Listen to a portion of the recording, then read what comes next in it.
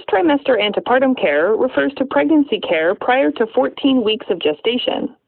It's important for patients to receive early prenatal care to prevent complications and optimize pregnancy outcomes.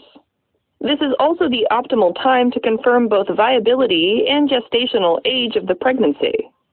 During this time, all pregnant patients in the first trimester warrant a complete history and physical exam, screening for high-risk conditions, baseline lab tests, genetic counseling and screening, diet and exercise counseling, and overall education in regard to pregnancy. When assessing a patient presenting for an initial first trimester antepartum care visit, meaning an initial visit through 13 and 6/7 weeks gestation, your first step is to obtain a focused history and physical exam. History may reveal common first trimester symptoms, such as nausea, vomiting, breast pain, fatigue, cramping, and bleeding. The physical may demonstrate the Hager sign as early as 6 weeks, which is when the cervix feels softened and enlarged. This is the earliest exam finding of pregnancy. After 12 weeks of gestation, the uterus may appear above the pubic symphysis on a bimanual exam. Speculum exam may show a Chadwick sign, which is a blue discoloration of the cervix secondary to venous congestion. Keep in mind that patients usually present for this initial visit suspecting pregnancy because of a positive home pregnancy test or missing a menstrual period, but it's important to confirm the pregnancy with a human chorionic gonadotropin, or HCG test. If the HCG is negative, consider an alternative diagnosis. However, if the HCG is positive, go ahead and initiate first trimester antepartum care. Here's a clinical pearl. If HCG is positive, be sure to note the first day of their last menstrual period, which will provide a clue about the gestational age, and use the Nagela rule by subtracting 3 months and adding 7 days from their last menstrual period, which will give you a preliminary date for their estimated date of delivery. First, obtain a detailed history to screen for any high-risk conditions. All patients should be screened for depression and anxiety, starting in the first trimester and then periodically through pregnancy and postpartum. This is very important because infants of depressed caregivers can display delayed psychologic, cognitive, neurologic, and motor development.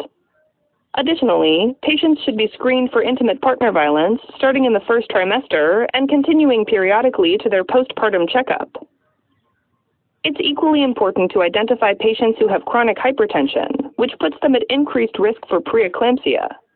To reduce their risk, start these patients on low-dose aspirin after 12 weeks of gestation.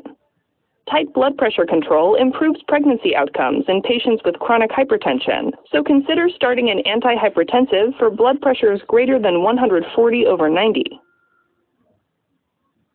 Also, it's worth asking about any other medical issues, like a history for past STIs, especially genital HSV, and check their medications so you can transition from potential teratogens as early as possible. For example, patients with a seizure disorder or hypertension could be taking a medication with teratogenic effects. Make sure to determine if your patient needs an early screen for gestational diabetes, such as those with a body mass index of at least 25, and screen for prior preterm births so you can counsel on second trimester interventions, such as a cerclage or vaginal progesterone. Patients with high-risk conditions will likely need more frequent visits in the first trimester, as well as later in the pregnancy. Next, a complete physical exam should be done at the first antenatal care visit. This establishes a baseline for comparison if any future concerns arise. Assess the head, eyes, ears, nose, and throat, including the thyroid. Auscultate the heart and lungs, and inspect the abdomen, skin, and extremities, and include a musculoskeletal and neurologic exam, especially if your patient has a physical disability. Perform a breast exam, since the breasts undergo substantial changes in pregnancy. A pelvic exam is helpful to look for cervical and vaginal problems, to assess uterine size, and presence of any abnormal vulvovaginal lesions or discharge. Address any abnormalities. Depending on the availability of resources, an ideal time to perform an obstetric ultrasound is in the first trimester, usually between 8 to 12 weeks. This first trimester scan can be used to assess viability, especially if your patient is experiencing symptoms like pelvic cramping or vaginal bleeding, or if they conceived using fertility assistance. You can also check for multiple gestation and confirm the presence of an intrauterine versus an ectopic pregnancy. Additionally, ultrasound confirmation of the due date could occur either in the first or second trimester, up to 22 weeks and 0 days of gestation, but the first trimester is the best and most accurate time. Here's a clinical pearl. In the first trimester, the due date is determined by comparing the gestational age calculated by the last menstrual period to standardized measurements of the crown rump length.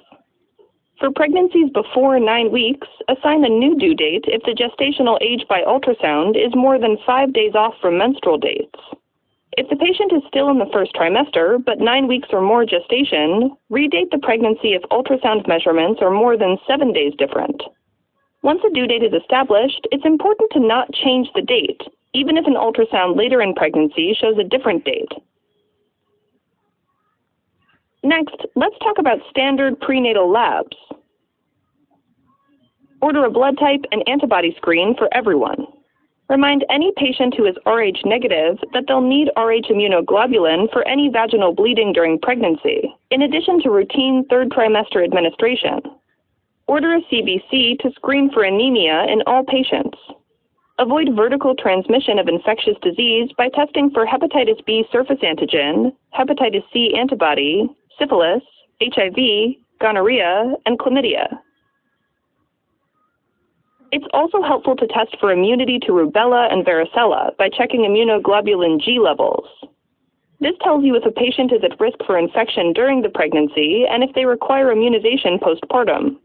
Also screen for urine protein content and culture and treat abnormal results. Some cultures may show group B streptococcus, which means they'll require antibiotics when they go into labor.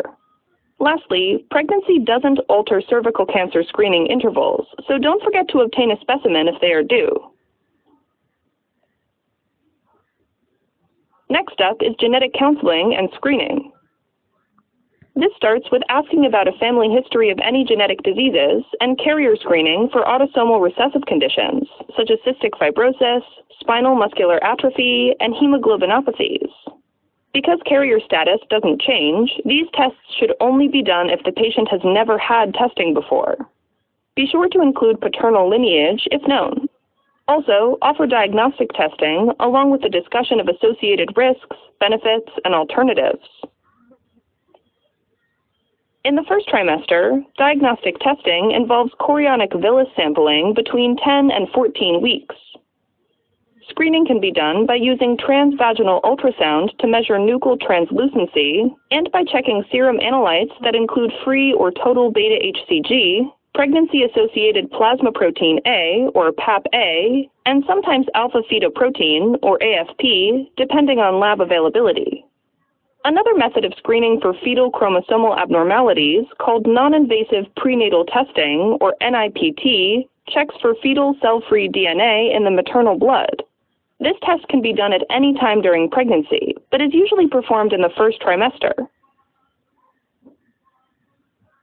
Now on to counseling on diet and exercise.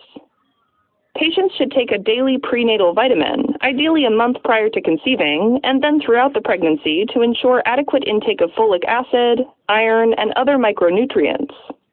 Some patients may require additional iron supplementation if iron deficiency anemia is present. While the focus in pregnancy should be on a balanced diet and exercise that maintains a healthy lifestyle, both insufficient and excess weight gain are risk factors for adverse outcomes. Therefore, counsel them on ideal weight gain based on their pre-pregnancy weight, and make sure they know that most exercise is safe in pregnancy, although they should avoid high-impact exercise or anything that can result in abdominal trauma. It's important to review dietary restrictions, such as avoiding unpasteurized milk or cheese, as well as luncheon meats, to minimize the risk of acquiring listeriosis.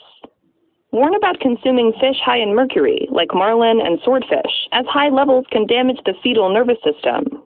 Limit caffeine to about 1 cup of coffee per day, and encourage cessation of any tobacco, alcohol, cannabinoid, or illicit substance use.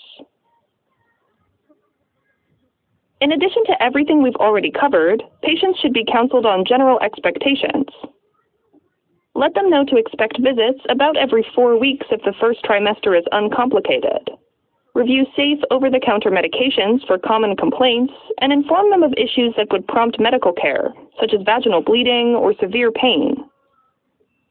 Alright, as a quick recap, first trimester antepartum care occurs up until the 14th week of pregnancy.